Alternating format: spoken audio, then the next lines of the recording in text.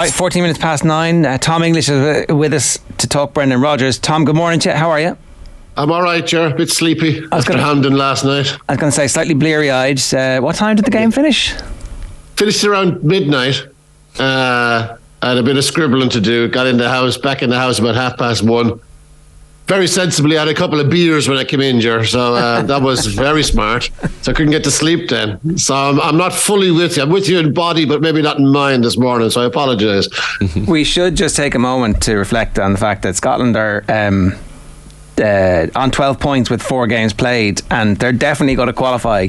Even Scotland are going to screw this up from here. It's an incredible turnaround, isn't it? It is, yeah. When you think about just a year ago, they got eviscerated at the Aviva, and haven't looked back since then. To be honest, they turned it around completely. A lot of people were losing faith with Steve Clarke after the 3-0 in Dublin, but it's been remarkable since then. You know, maximum points in the group. They've only conceded 1 goal, which was a penalty for Erling Haaland. They've scored, 9 goals now? And all the players look incredibly confident. You know, Clarke has created a real kind of club atmosphere, and it shows. You were writing, Tom, about Scott McTominay's influence as well. Like, his turnaround has been quite something to watch, and even your point out the fact that the Georgian players possibly were a little less keen to come out of the tunnel and resume action yesterday, and McTominay was certainly one of those players who was raring to go. Yeah, the Georgians did not want to come out. Their president was kicking up stink in there, and they were refusing to come out until they were told they'd forfeit the game if they didn't. So, and McTominay was, you know, he was standing, staring down the tunnel, almost saying, "Where the hell are you?" You know, he was brilliant. Obviously, his time at Manchester United hasn't been great. He's been kind of a bit part player off the bench. But with Scotland, he's been exceptional. He's got five goals in this group so far, you know, for a midfielder. And he was all over the park. You know, he was making tackles in defence, obviously scored a goal. Yeah, really, really good. Billy Gilmore came into the team for Ryan Christie last night. He hasn't been playing a huge amount for Brighton. He was man of the match. So they're guys, they're maturing as a team, as individuals in a team. They're maturing. Their caps count is rising all the time, and they look to have a bit of nous about them. Are there any lessons for the Republic of Ireland from what Scotland are doing? I mean, it's remarkable to think that we tanked them in the Aviva just 12 months ago, and the fortunes couldn't be more stark at the moment. Geez, Jared, to know, that's a pretty profound question. Like, Scotland waited a long time to get to this point, you know, a long, long time. And just a batch of players have arrived at the same time. And Steve Clarke, to be honest, he is unflappable. He took over a mess. Last night, the place was heaving. It's a sellout every time at Hampden now. When he took over, the crowds are 15, 20, 25,000. Nobody cared. Everyone had lost interest, lost faith in the national team. So Clarke has dragged this thing up. And you have to give him massive, massive credit. Let's talk about Brendan Rodgers and Celtic then. When Ange left and Brendan Rodgers was immediately linked on the back pages of the newspaper, I was like, this is nonsense. There's no way this is going to happen. He's already said he's going to take a year out. Why would he go back? This doesn't make any sense. And then it just happened. I am very surprised. I mean, it's football, so not that surprised. But at the same time, on the face of it, originally it didn't make sense. Now, obviously, it does make a lot of sense in some ways. But were you surprised? Yeah, I was. Initially, I was surprised because I didn't think his ego would allow him to come back to Scotland to win the trophies that he's already won. But when the story stuck around for a while, I thought, okay, now there's clearly something happening here. I think he's going to do his press stuff, I think, tomorrow. So we'll find out more about what's brought him back. I can only imagine, like, he's not coming back to Scotland to win another league title or another treble. He's already done that. I don't think that would float his boat in any way. I think he's coming back because I suspect he's been promised a bigger budget for Europe, which was a problem the last time. It was part of the reason why he left for Leicester, because he felt glass ceiling and all that. I can imagine he's been promised a bigger budget for a better tilt at Europe, because that's where he wants to be. He sees himself as a European manager. He sees himself as somebody who should be competing in the Champions League. And Dermot Desmond has done the deal with him. Very few people thought he would. Very few people thought Desmond would come back. Very few people thought that Celtic would make a play for him. But they have, and it's done. And I'd say with the fans, it's kind of an uneasy truce. But if he wins trophies, all of that unpleasantness, shall we call it, from before will disappear. I think that record of his in Europe, Tom, as well, isn't great. So presumably that's something he wants to address, and that budget, as you say, can only help. Yeah, Shane. His record in Europe is pretty lousy.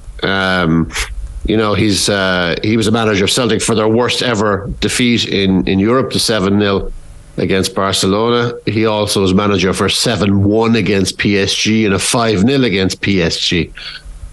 He got them into the group stage a couple of times, but they bombed when they got there. And his European record at Liverpool was poor. He got to the semi-final of the Conference League with Leicester, but he said going into the Conference League that he hadn't really heard of the Conference League. So I'm not sure how much of an achievement that was. Overall, I think his record in group stage football plus subsequent knockouts is 20 wins from 62, which is pretty poor.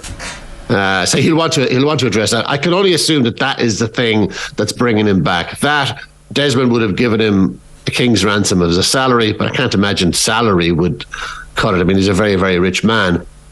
It has to be a promise to commit to more European money for better players and a proper tilt at getting to a final. From Dermot Desmond's perspective, it's a really interesting epidemiology of managers. If you look back, he has liked to go back before. Lenny was the comfort blanket, but then completely left field, wild card, Ange Postecoglou from the other side of the planet. And it was such a success that you felt like maybe they would have done the same thing or tried to replicate that again. But instead it's, no, comfort blanket, guy I know, guy I trust, get him in. Yeah, and I think what's driving it, I mean, when it went wrong for the 10 in a row season, the 10 in a row that never was, things got really nasty around Celtic Park, like really nasty. The hardcore element of the fans were visibly furious. Banners outside the stadium, a bit of kind of disquiet with players coming out of the stadium after a loss against Ross County. Pretty ugly scenes there. Desmond would have looked at this and said, this is the last thing we want. We don't want to go back there. He wanted Eddie Howe, obviously. He got Postecoglou, who was an absolute rip-roaring success. Rebuilt the team in the blink of an eye, played excellent football, won the trophies, didn't do anything in Europe, but there was a promise of me he might have done something in Europe this season or next coming season if he'd stayed. And I think the Celtic board must have think, certainly Desmond probably would have thought, okay, we remember what it was like when Neil Lennon left and the 10 in a row and all that. We need a safe pair of hands. The last thing we need now is to cede any kind of initiative to Rangers or to have our fans in uproar again. Who's the safest pair of hands here? Of all the lists, of all the candidates, and it was Brendan Rodgers.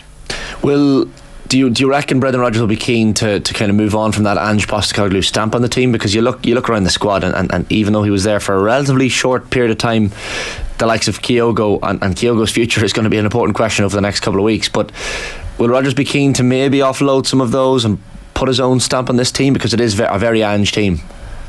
Oh, it's a totally Ange team. Barring Callum McGregor and Greg Taylor, everybody else is an Ange player. I think he'd be crazy if he did that, if he ripped it up.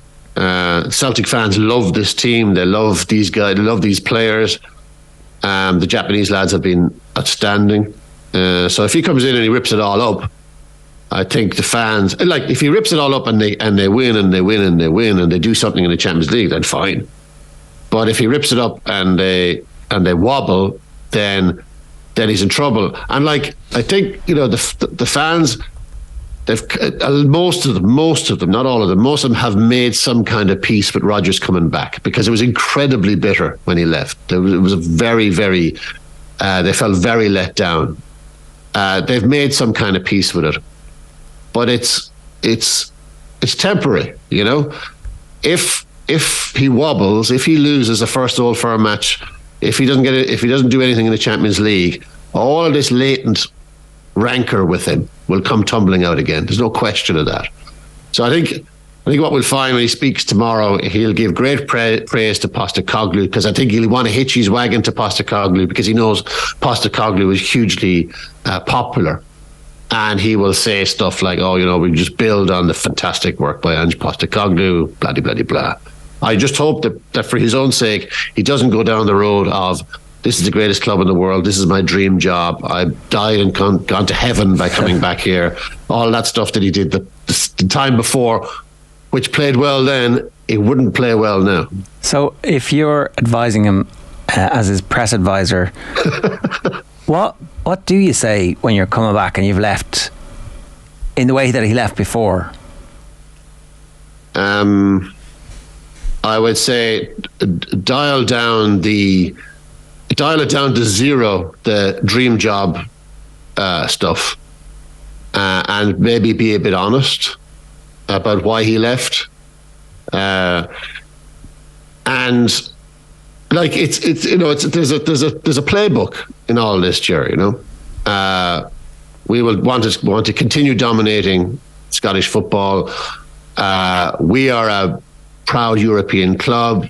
We have won a European trophy. That's where we want to get back to. I will move heaven and earth to get us back to that level where we belong. All that stuff, you know. Yeah.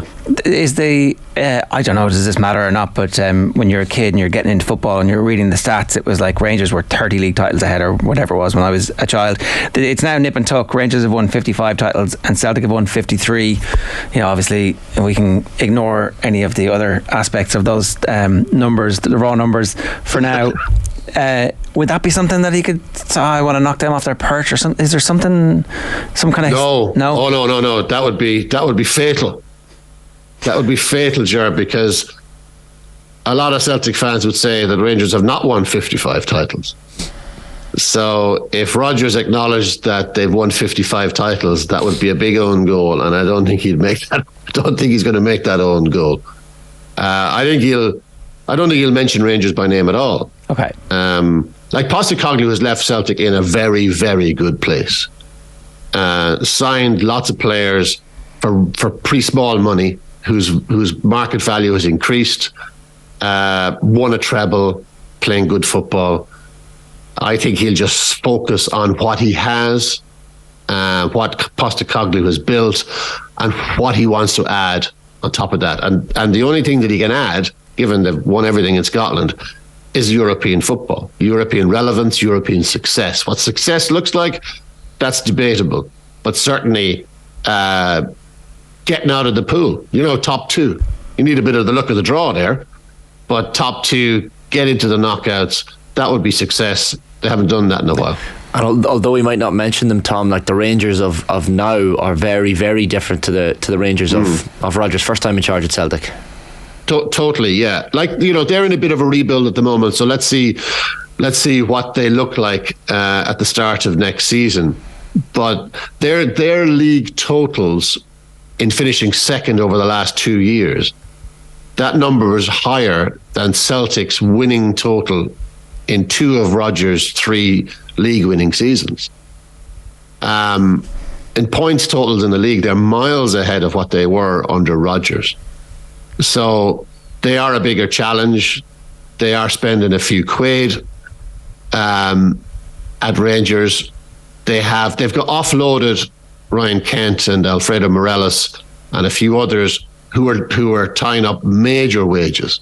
So there's in or around 10 million in wages that have left the club. So that's a kind of a few quid to play with. It'll be very interesting to see how they do next season, Rangers. But if Celtic are what they can be, then they should win, and they might win a treble. I don't. And would that be a success for Rodgers? Probably, because at its heart, it's a very parochial environment. But I think fans will be looking for more than that, and more than that is Europe. It has to be. Why? Postecoglou has won the treble. Neil Lennon won a treble. Brendan Rodgers won a treble. It's done. It's kind of old hat. But what none of them have done recently is do something in Europe. That's the testing ground. You mentioned Eddie Howe was first choice and they ended up with Postecoglou, and Eddie Howe definitely met them and went quite far down the line, it looked like, in terms of negotiating with them, but then took the decision to wait for a job that ultimately ended up being the Newcastle job. It did feel like, one of the reasons why I was so sceptical about this, it felt like there was, you say, a playbook from how Eddie Howe treated taking a team down but still being well regarded, do some friendly interviews, Sunday feature the big name football writers in London, give them one every 2 or 3 months over a period of time, talk about how you're humble and you've travelled the world and you've spent some time with name drop famous coaches, slightly change your style of play, done a bit of consultancy work with UEFA, and then suddenly one of the jobs comes up, like the United job with the new owners, maybe if Eric Ten Hag doesn't like them. The Liverpool job is obviously not going to be there for him again. Maybe the Man United job wouldn't get it, but the Chelsea job has got to come up at some point again, right? The Spurs job is going to come up at some point again. So he has gone back to Celtic. Like, it's not... that's the other side of this. He could have got an easier job which would have had a guarantee of more investment in England, I thought. I thought that too. And he did say, as you said earlier, he said he was going to take a year out. But he's been enticed back very, very quickly. That's what I thought he would do. I thought he would take his time, and that some good size club would come in for him, whether in England or Spain. I mean, he speaks fluent Spanish. He's very up to speed with the Spanish league. He knows everything about it, and has made no secret of the fact that he knows everything about it. To be honest, I thought he'd probably get a decent Spanish club, and that's where he would go. He has a place in Spain, but no, he's come back. I think it probably sold again. I know I'm repeating myself, but on Europe, like if he is the manager who does something in Europe, then he becomes a hero, and he's banking on that. He knows instantly when he comes back up the road, he's not going to be loved like he was the last time. I mean, 13 or 14,000 people turned out to serenade him when he was appointed first. There's not going to be many people at Celtic Park tomorrow, I wouldn't have thought, to serenade him in the door. So I think it's that prospect, and it's ego. Like Brendan thinks Brendan is world class, and he might be. He's done well in his career, but he will come up and he will think, I can win a European trophy.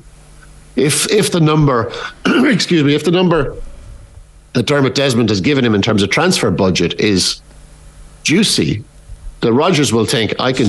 Like Rangers got to a Europa League final. Why can't we get to a Europa League final? Why can't we win it? He will think that way, because that's the way his brain works. And fair play to him. He's very, very ambitious. Like you, I am surprised. But if he thinks he can win a European trophy with Celtic, it makes a bit of sense. Yeah, and I think that's to his credit. I understand a lot of people are reluctant to give Rodgers too much credit for stuff like that, and maybe it is just ego, and so therefore he had no choice because he thought it was going to be able to. So it's complicated. It's a complex situation. Yeah, it is, and he lays on this is my boyhood club, this is my dream job. He lays that on with a trowel. I mean, he just slaps it on there, right? But that shouldn't take away from the fact that he is very fond of Celtic, absolutely, and has been for a long, long time. He does admire the club. He had until it went wrong when he exited stage left at a rate of knots. The fans loved him. They worshipped him.